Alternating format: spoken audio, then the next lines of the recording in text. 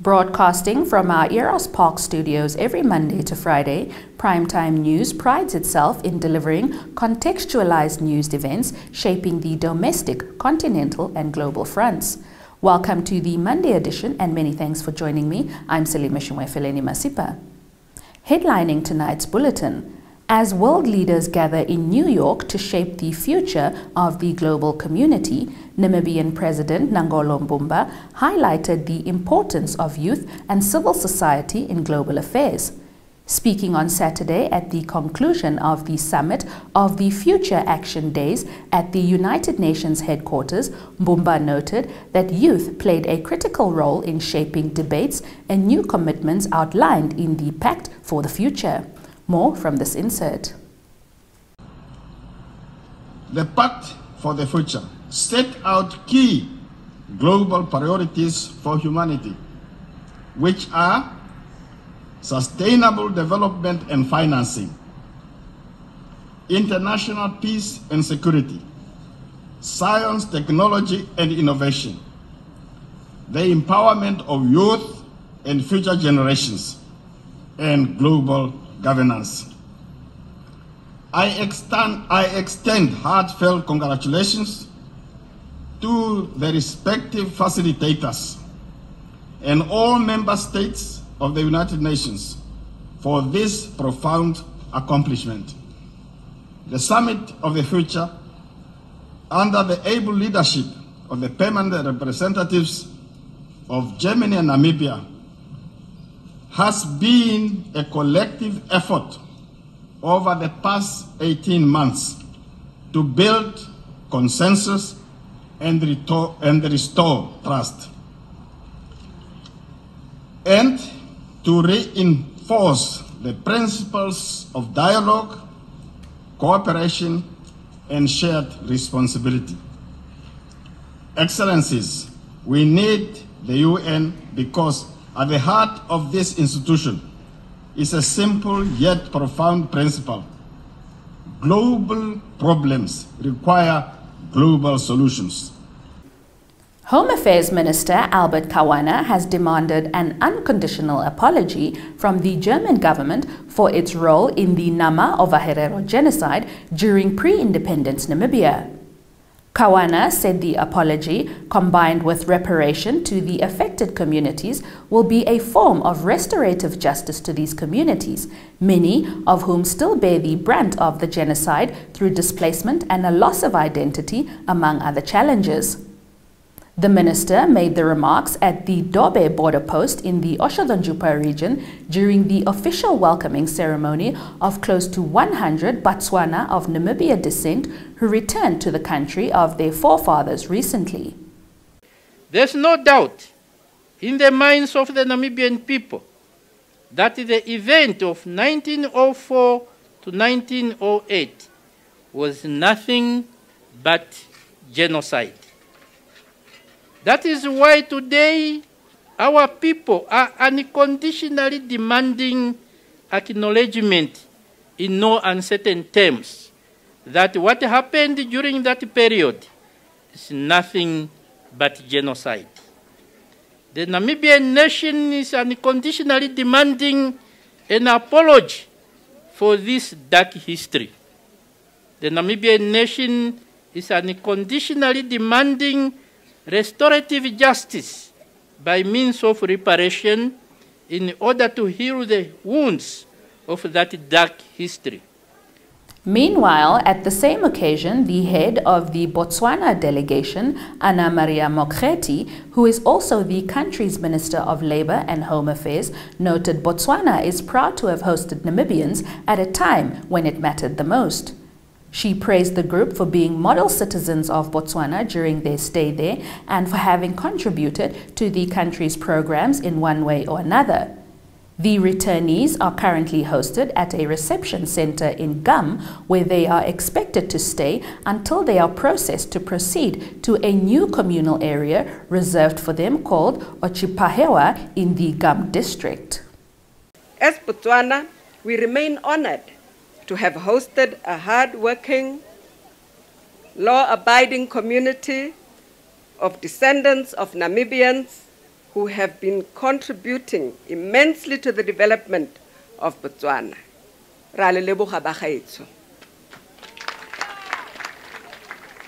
We are therefore confident that they will continue to invest this immeasurable wealth of knowledge, experience in Namibia for productive outcomes that will benefit both countries. We have heard that land has been set aside for farming activities, and those of you who have gained a lot of experience in farming will also then become productive members of the community that you'll be integrated into.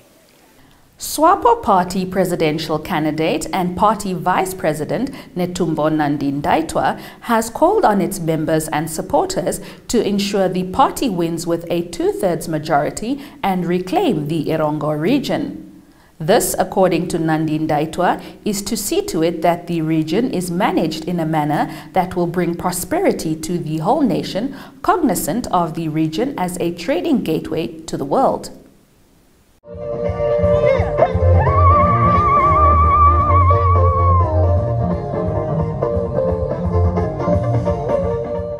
SWAPO Party has to win overwhelmingly in Erongo region. We must claim back. We must claim back Erongo.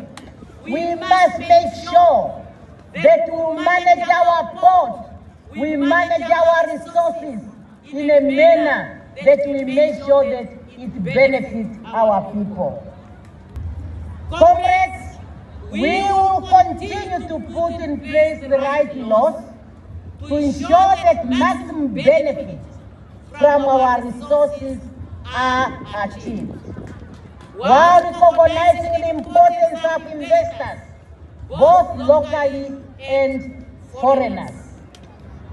There are encouraging developments when it comes to value addition, as I have mentioned the one I did, but we also talk about the cutting and polishing of garments, which has already started. However, we need to move from just cutting and polishing. We can move further. Why don't I enjoy a ring knowing there's a Namibian stone? Hopefully, if we work together, that can be done. Stay tuned for your top roundup with the business segment thereafter.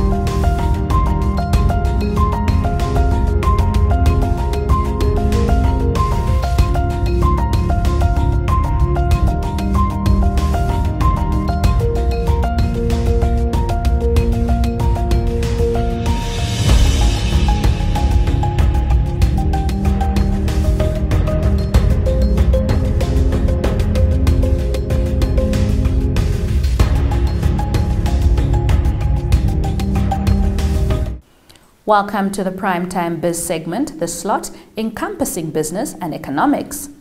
Cabinet has approved the gradual removal of the veterinary cordon fence restrictions, also known as the Red Line. This was announced recently at the Government Information Center by Information, Communication and Technology Deputy Minister Modestus Amotse. Amotse said Cabinet directed the Ministry of Agriculture, Water and Land Reform to carry out a feasibility study over a period of 2 years, that is 2024-2025 and 2025-2026 financial years. The estimated budget of the feasibility study should be determined and submitted to Treasury for appropriation during the midterm budget review. Cabinet directed the Ministry of Agriculture, Water and Land Reform to undertake the following interventions as part of the gradual removal of the restrictions of the veterinary cordon fence. A. to carry out a feasibility study over a period of 2 years, and that is to start this year, 2024. The estimated budget of the feasibility study will be determined and submitted to Treasury for appropriation during the midterm budget review. B, for the ministry to create a disease-free zone, that is to do with the construction of a veterinary fence and new veterinary gates, to recruit additional staff members, and to construct staff accommodation to commence as from the year 2027 to 2032, that is for a period of 5 years. And C, for the ministry to secure funding for the proposed interventions for the creation of a disease-free zone in the identified areas. And the areas include the Mangeti area, that is Karikubis in Kavango East region, Tsungkwe constituency in Otjozondjupa region, Mangeti East farms in Kavango West region, Mangeti West and Onalusheshete farms in Oshikoto region, Ombuga area in Oshana region, Omtambo Mawe area in Omsati region, and Sesfontein area in Kunene region. As part of the Legal Aid Clinic module, University of Namibia final year law students conducted an information sharing session with business owners in collaboration with BIPA on Saturday. The group leader, Benjamin Iyambo, informed Primetime Biz the students engaged business owners and registered a number of beneficial owners with BIPA.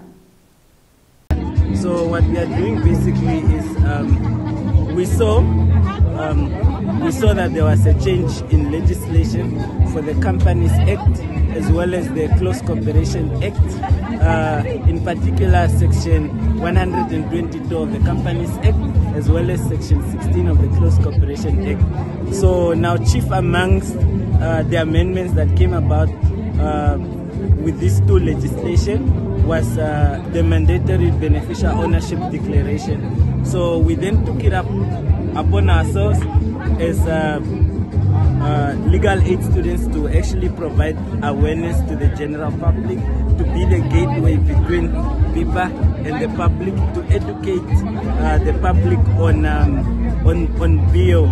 Basically, BO is beneficial ownership declaration. So what is required is just for CC owners and private company owners to declare ownership or beneficiaries from the company. So for you to qualify as a beneficial owner, you need to at least own 25% stake in the business. Let's now consult with the Meteorological Service for tomorrow's countrywide weather forecast.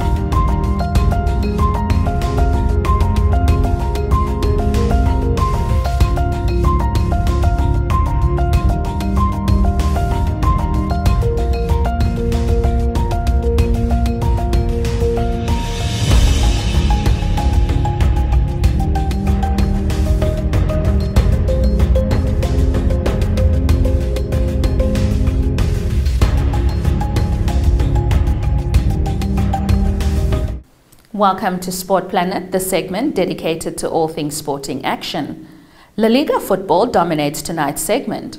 Real Madrid coach Carlo Ancelotti said today his team's many styles of play have helped them go 38 La Liga matches without defeat. The Spanish and European champions lost just one league game last season at Atletico Madrid on September 24, 2023. Madrid have effectively gone unbeaten for a full league campaign split between last season and the start of the current season, despite some in the Spanish media criticizing their approach.